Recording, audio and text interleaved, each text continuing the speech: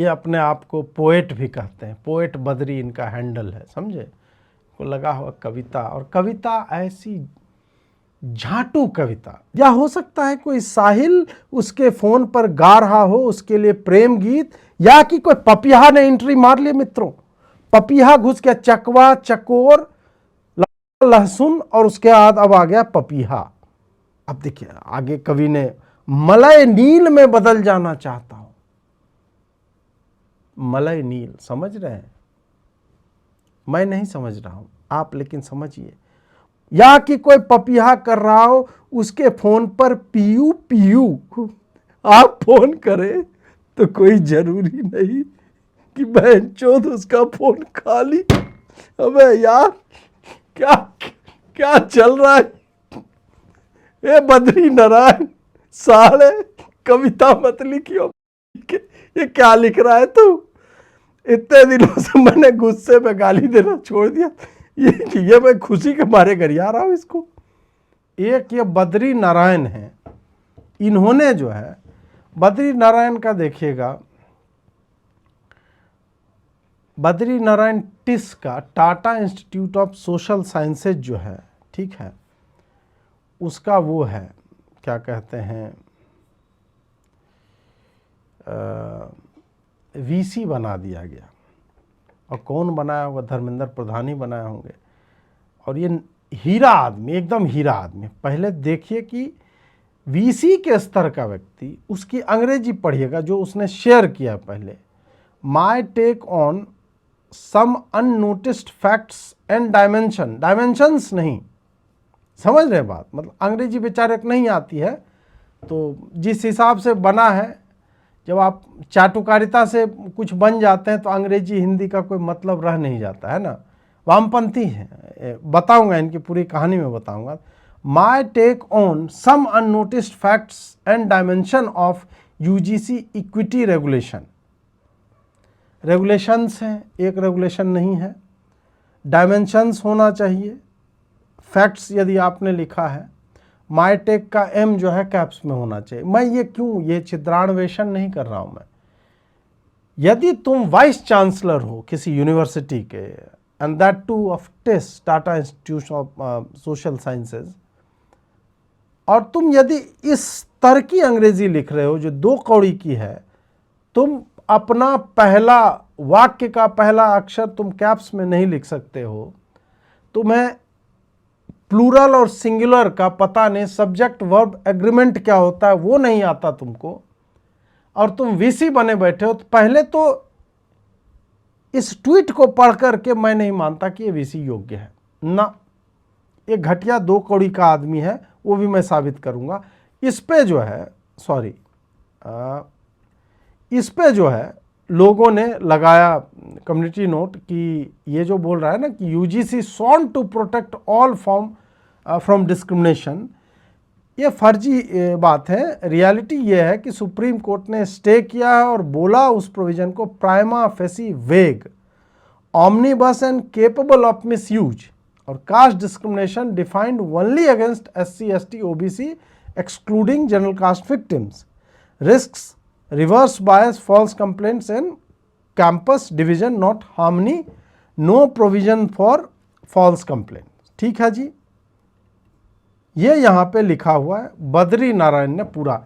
और जब आप बद्री नारायण ने एक्चुअल में लिखा क्या है, ऐसा 2 कौड़ी का, आप बोले अजीत जी आप हर चीज को 2 कौड़ी का बोल देते हैं। भाई ये मोहन भागवत स्तर का ही लेख है, संघियों ने ही इसको वहां पे प्रमोट करके बिठाया है। तो संघियों की बुद्धिमत्ता का स्तर हमें इससे भी पता चलता है कि वो कैसे कैसे लोगों को कितने महत्वपूर्ण पदों पर स्थापित कर देते हैं।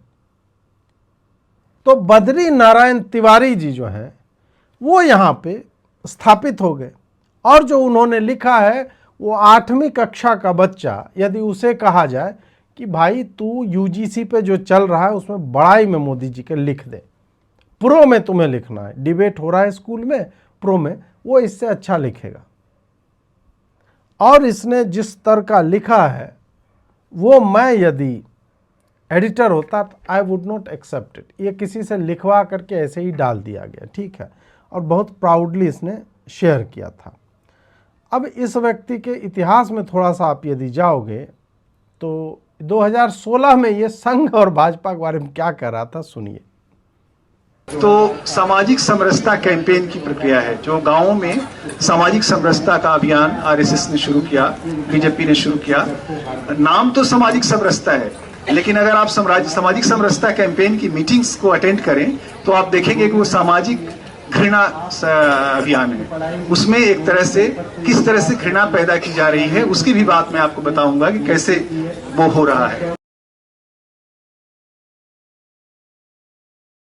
तो बद्री भाई बता रहे हैं कि सामाजिक समरसता के नाम पे ये सब जो है घृणा बेची जा रही है। इसने किताब उताब लिखा है दलित वलित का, और कोट पहनता है।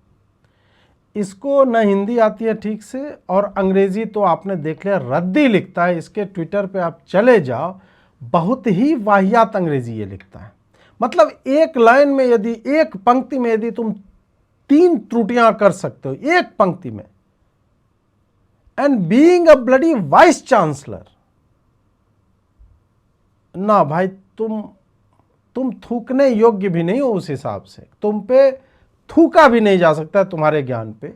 तुम केवल और केवल किसी के वरद हस्त के कारण उस स्थान पे पहुंच गए और कुछ नहीं। मुझे लगता था कम से कम वामपंथी ही है यार। वामपंथी हो तुम लोग भी, ऐसे सड़े सड़े हुए लोगों को मतलब पैदा, एक लाइन अंग्रेजी में तुम्हारी तो यही एक्सपर्टीज थी कि कंटेंट कुछ नहीं है लेकिन लिखना आता है। मतलब मुद्दा नहीं है, मुद्दा नहीं है, हम कुछ बना के लिख देंगे, लेकिन यार एडजेक्टिव का प्रयोग हम लोग बहुत बढ़िया करते हैं, 1 नंबर करते हैं। ये लेख बहुत ही क्या कहोगे, एक मतलब स्कूली स्तर का है। स्कूल के बच्चे जिस स्तर का लेख लिखते हैं वैसा है, वाइस चांसलर के स्तर का नहीं। इन लोगों को ना पब्लिश कराया जाता है। ये भाजपा वाले संघ वाले फ़ोन करके बोलते होंगे अरे यार छाप देना, एक वीसी साहब है। जिस जगह पे छपा है, जिस पन्ने पे छपा है, ये सब एडिटोरियल पेज जो सबसे इम्पोर्टेंट होता है, यह भी बताता है कि किस तरह के दबाव में कुछ अखबारों को छापना पड़ रहा है ऐसे लोगों को।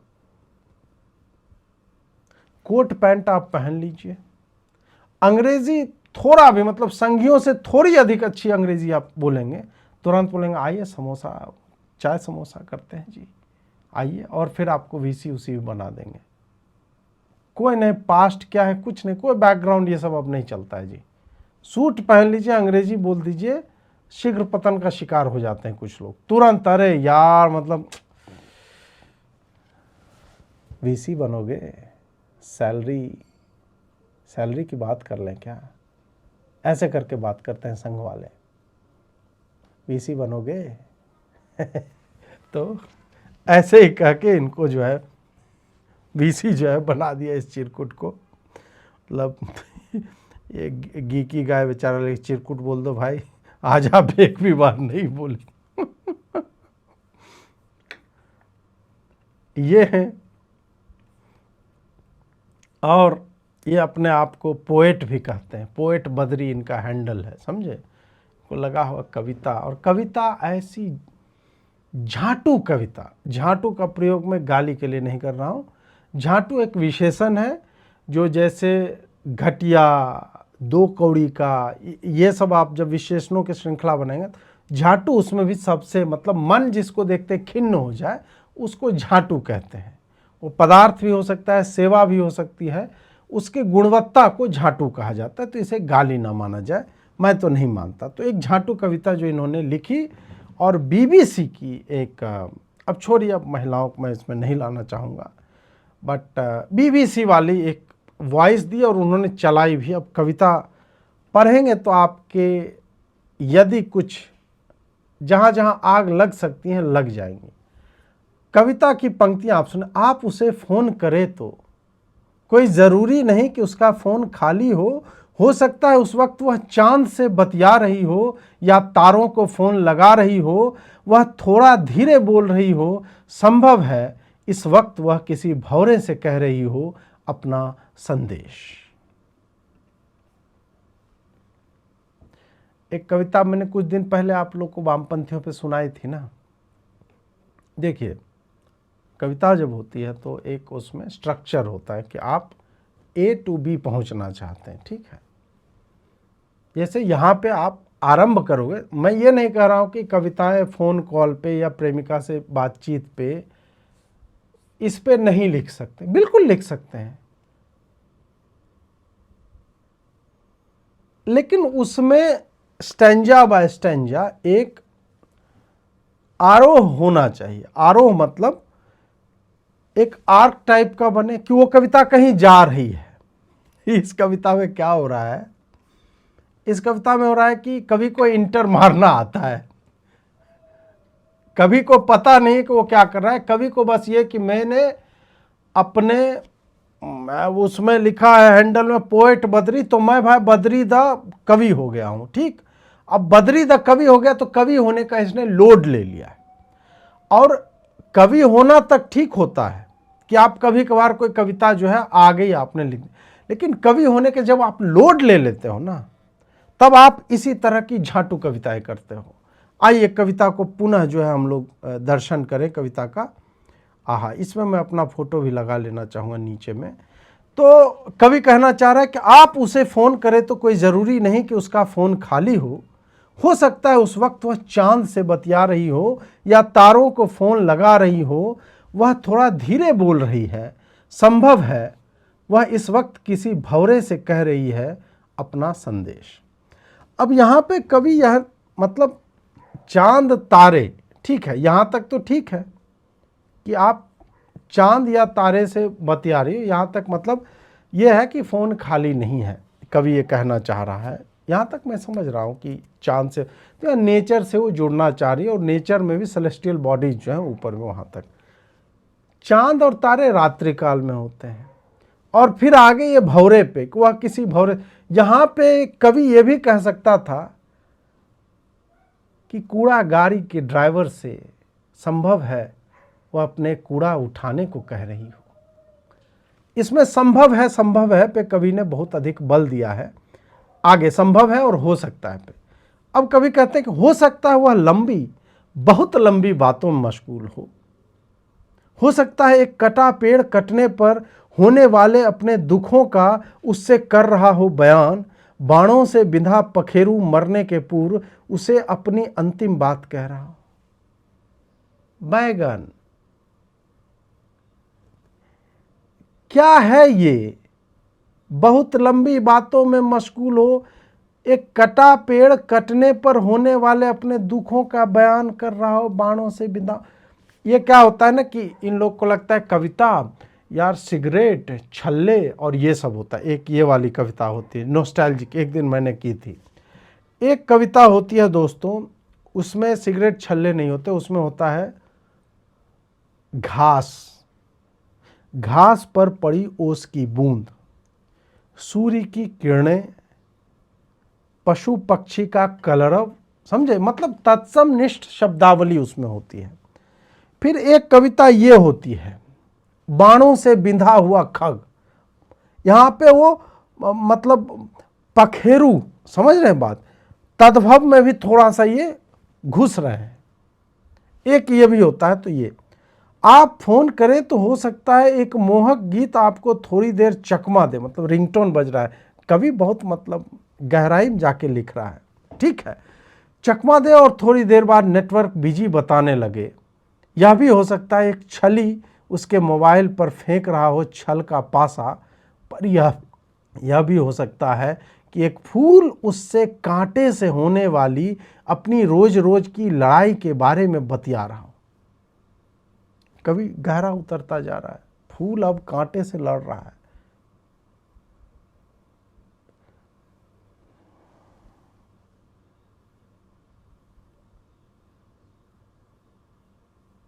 अब अगला सुने, बाप रे बाप, अरे यार, या कि रामगिरी पर्वत से चलकर कोई हवा उसके फोन से होकर आ रही हो, या कि चातक चकवा चकोर उसे बार बार फोन कर रहे हो।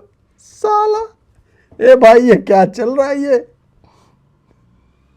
तो मैंने बोला ना इसमें बाणों से बिंधा हुआ खग, प्राण पखेरु, समझ गए, चकवा चकवी चकोर, ये सब ये कविता के वो कीवर्ड स्टफिंग बेचारा कर रहा है बार बार। चल क्या रहा है ये? हो सकता है उसका फोन आपसे ज्यादा उस बच्चे के लिए जरूरी हो जो उसके साथ हंस हंस। अब देखिए आगे कवि ने मलय नील में बदल जाना चाहता हूं। मलय नील, समझ रहे हैं? मैं नहीं समझ रहा हूं आप, लेकिन समझिए। वह गा रही हो किसी साहिल का गीत। कौन साहिल? लब जहाज चल रहा है यहाँ पे, साहिल मतलब किनारा, किनारे का गीत। या हो सकता है कोई साहिल उसके फोन पर गा रहा हो उसके लिए प्रेम गीत, या कि कोई पपिया ने एंट्री मार ली मित्रों। पपिया घुस गया, चकवा चकोर लौड़ा लहसुन और उसके बाद अब आ गया पपिया। या कि कोई पपिया कर रहा हो उसके फोन पर पीयू पीयू। आप फोन करें तो कोई जरूरी नहीं कि बहनचोद उसका फोन खाली। अबे यार क्या क्या चल रहा है? ये बद्री नारायण साले कविता मत लिखियो भोसड़ी के। ये क्या लिख रहा है तू? इतने दिनों से मैंने गुस्से में गाली देना छोड़ दिया, ये मैं खुशी के मारे गरिया रहा हूं इसको। अबे क्या लिख रहा है ये? चकवा चकोर, पीयू पीयू, पपिया है, साहिल का प्रेम गीत, बिंधा हुआ खग, प्राण पखेरु। इन नमूनों को संघ ने वीसी बनाया मित्रों, वीसी।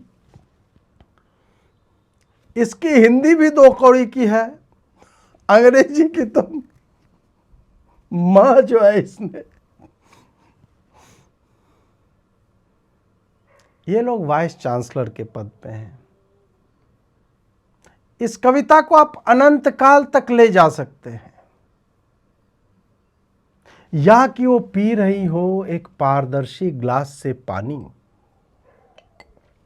या कि चढ़ रही हो उसकी जवानी और उसे तार रहा हो दूर खड़ा एक साहिल कि कर ही दूंगा मैं इसे कन्वर्ट, और वो होना नहीं चाह रही हो कन्वर्ट।